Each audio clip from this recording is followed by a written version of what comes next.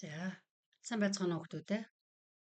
За, логик нэг сэдвийн хүрээнд би түрүүчийн хичээлээр логикийн шинэ ухааны үүсэл, логикийн ангиллал, логикийн хичээлийг судалсны ач холбогдол юу вэ гэсэн ийм удирдгал хичээл үзсэн байж байгаа.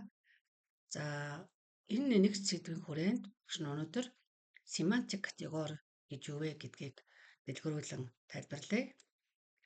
За, Тарски судлаач юу гэж хэлсэн бэ гэхээр зэрэг логик нь бол ерөнхийдөө эргэцүүллийн аргад анализ хийх явдал гэж хэлсэн. Тухайн эргэцүүлэлд орж байгаа нөхцлүүд ба дүгнэлт тус бүрийн үнэн эсэх нь болно биш, харин дүгнэлтийн үнэн болох нь нөхцлүүдээс хэр шалтгаалж байна вэ? Нөхцлүүдийн үнэн болохоос урган гарч байна уугүй юу гэдгийг л логик чухалчилдаг гэсэн гол санааг төвшүүлсэн байдаг. За, тэгэхээр зэрэг хэл гэж юу вэ гэдгийг бол бид нар 10 дугаар ангид судалсан байгаа тий. За, тэгэхээр зөв хүний сэтгэхгүй хэл хоёр бол нэгт холбоотой. За, хэл бол ерөнхийдөө өдөртмөн харилцааны хэрэгсэл. За, хүний оюуны ертөнцийн илэрхийлэл болж мэдээллийг боловсруулж хадгалах, дамжуулах ийм тэмдэглэлийн систем мөн гэж ингэж тайлбарладаг.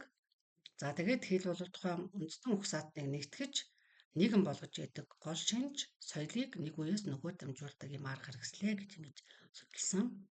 За, тэгэхээр зэрэг хэл сэтгэхгүй хоёр нэгт холбоотой бөгөөд логикийн хэл гэдэг ойлголтод бол семантик категори гэдэг ойлголт маш чухал агуулга болж орж ирдэг. За, семантик категори гэж юу вэ гэхээр зэрэг өгүүлбэрт нэгийг нь нөгөөгөөр орлууланд тавихад уг өгүүлбэрийн утгад шинж хадгалагдаж байдаг. Өөрөөр хэлбэл өгүүлбэр хэвээрээ үлддэг хэлэн илэрхийллүүдийн ангийг семантик категори гэж нэрлэнэ гэж байна. За, хэллэгийн нэг үгийг түүнтэй ижил ангийн үгээр солиход утгатай хэллэг утгагүй болдоггүй, харин өөр ангийн үгээр солиход утгатай хэллэг утгагүй болдог байна гэж тайлбарладаг байна. За, тухайлбал Сократ бол Аристотелийн багш.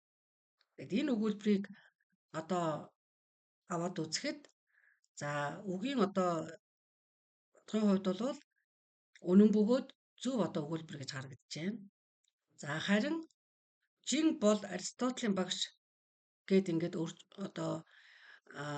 өөрчлөхөр зэрэг энэ бол утгагүй өгүүлбэр харагдаж байна. За, тэгэхээр эндээс семантик категори гэж юу хэлэхэд байна вэ гэхээр зэрэг монгол хэл дээр бол нэг аймгийн үгс хэн юу гэж асуултанд хариулагдах ийм үгийг нэг ангийн үгийг тухайлбал хүний нэрээр солиход тухайн өгүүлбэрийн бүтээц бол өөрчлөгдөхгүй. За, жинхэнэ нэрийг жинхэнэ нэрээр нь солиход өөрчлөгдөхгүй утга санаа мөн юу гэдэг асуултанд хариулагдахаар тухайн өгүүлбэр бол цогцсон байвал энэ өгүүлбэрийн утгад шинж хадгалагдаж байгаа буюу өөрөөр хэлбэл өгүүлбэр хэвээрээ үлдэж байгаа ийм хэлийг илэрхийлдэг байх нь. За, тэгэхээр зэрэг хүний нэрийг хүний нэрээр солиод тухайлбал Сократ бол Аристотелийн багш гэхээр энэ бол хэлбэрийн хувьд зөв өгүүлбэр харагдаж байна. Харин жин бол Аристотелийн багш, эсвэл алин бол Аристотелийн багш гэхээр зэрэг энэ бол нэг аймгийн үг биш, өөр аймгийн үг ороод ирчихэж байгаа учраас энэ өгүүлбэр бол семантик категори болж чадахгүй нэ гэж ингэж хэлэх гээд байна. За, тэгэхээр зэрэг Платон, Аристотель гэдэг бол хоёулаа хүний нэр учраас энэ өгүүлбэр бол хэвээрээ хэллэг нь бол хадгалагдаж үлдэж байна, тийм ээ. За, тэгэхээр зэрэг семантик категори гэдэг нь болохоор нэрийн категори, хэллэгийн категори, функторын категори гэдэг гурав хандлагддаг. За, нэрийн гэдэг нь болохоор зэрэг бүх S бол P мөн эсвэл зарим S бол P биш гэдэг ийм эцэцтэй. За, тэгээд өгүүлбэрийн SP гэсэн хувьсагч буюу тэр хэн юу гэдэг асуултанд хариулагдах үгийн оронд өөр тухайн аймгийн үгийг тавихад өгүүлбэрийг бол утгагүй болгодоггүй ийм илэрхийлэл гэж тайлбарлаж байна. За, тухайл Улаанбаатар бол Монгол улсын нийслэл. За, Москва бол Монгол улсын нийслэл. За, Тэмээ бол амьтан биш гэх мэт ийм өгүүлбэрийг ингээд харахад бол утгагүй харагдахгүй байна, тийм ээ. За, энэ бол хэлбэр талаас нь бол өгүүлбэрийн бүтээц бол болоод байна. Харин одоо Ямаа бол Монгол улсын нийслэл гэдэг ч юм уу те. Ингээд өөр одоо нөгөө аймгийн одоо семантик категори ороод ирэхээр зэрэг энэ бол өгүүл одоо логик бүтцийн хувьд бол алдаатай болчихж байгаа байна. За хэлгийн категори гэдэг нь болохоор зэрэг одоо бүтэн өгүүлбэрээр илэрхийлэгдэж байгаа утга санаа нь одоо бүтцээ хадгалж гэнэ үгүй юу гэдэг дээр бол гол нь тайлбарлагдж байгаа. За тухайлбал Улаанбаатар бол Монгол улсын нийслэл, 5 салаа бол эмийн ургамал, 3-6-аас их Тэмээ бол амтан биш, салхи бол ургамал биш гэдэг. Ингээ энэ бүтцийг харахаар зэрэг өгүүлбэрийн бүтц бол одоо өгүүлбэрээрээ байна.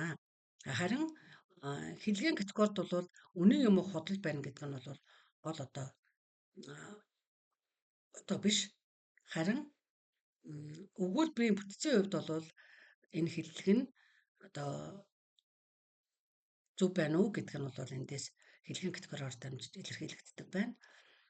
За функтор гэдэг болохоор зэрэг одоо өгүүлбэрийг одоо хэллэг болон нэр болдоггүй, харин хэллэг нэрээс шинэ хэллэг үүсгэх арга хэрэгсэл болдог юм илэрхийлэл юм а гэж байна. За функторын категориуд нь бүх мөн, за бүх биш, зарим, мөн, ба буюу эсвэл бөгөөд, зөвхөн, үгүй гэх мэт одоо ийм үгээр бас үгээр дамжин илэрхийлэгдэж байна. За тухайлбал энэ дээр би одоо амралтаараа хөдөө явна эсвэл хоттой байна гэдэг ч юм уу те. Ийм байдлаар бол функторын категори илэрдэг байх нэ. За тэгээд логикт одоо нэр хэмээх ойлголт нь хин юу гэсэн асуултанд хариулагддаг нэр үгийг одоо илэрхийлж байна гэж одоо нэрийн категорийг тайлбарлаж болох нэ. За хэлгийн логик утга буюу үнэн ба худал гэсэн шалгуур зөвхөн утгатай өгүүлбэрт хамаарна.